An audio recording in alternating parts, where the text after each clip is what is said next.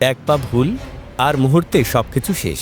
শরীরের নিচে কেবল ২৬০০ ফুটের গভীর শূন্যতা, যেখানে জীবন আর মৃত্যুর ব্যবধান গড়ে দেয় মাত্র একটি সরলতা কিংবা জরাজীর্ণ বাঁশের মই। চীনের সিচুয়ান প্রদেশে দুর্গম এক পাহাড়ে লুকিয়ে আছে এক রহস্যময় গ্রাম আতুলি, যাকে পুরো পৃথিবী আজ চেনে ক্লিফ ভিলেজ বা মৃত্যুর প্রবেশদ্বার নামে, যেখানে জন্ম নেওয়া মানে পাহাড়ের সাথে এক আমৃত্যু লড়াই। কিন্তু কেন এই জনপদ গড়ে উঠেছিল এমন বিপজ্জনক উচ্চতায়? কি এমন রহস্য লুকিয়ে আছে এই মেঘের রাজ্যে? প্রায় ২০০ বছরের পুরনো এই গ্রামটি দীর্ঘকাল বহির্বিশ্ব থেকে বিচ্ছিন্ন ছিল।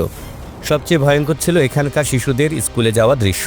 পিঠে ব্যাগ নিয়ে মাত্র ৬-৭ বছর বয়সী শিশুরাও খাড়া পাহাড়ের গায়ে ঝুলে থাকা মই বিয়ে নিচে নামত।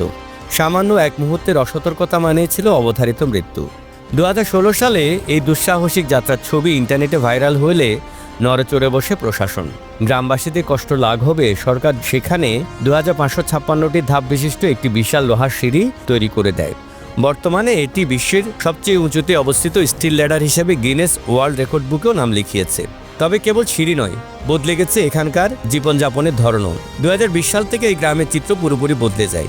চীনের দারিদ্র্য বিমোচন প্রকল্পের আওতায় গ্রামের বেশিরভাগ পরিবারকে পাহাড়ের নিচে আধুনিক সুযোগ সুবিধা সম্বলিত অ্যাপার্টমেন্টে সরিয়ে নেওয়া হয়েছে।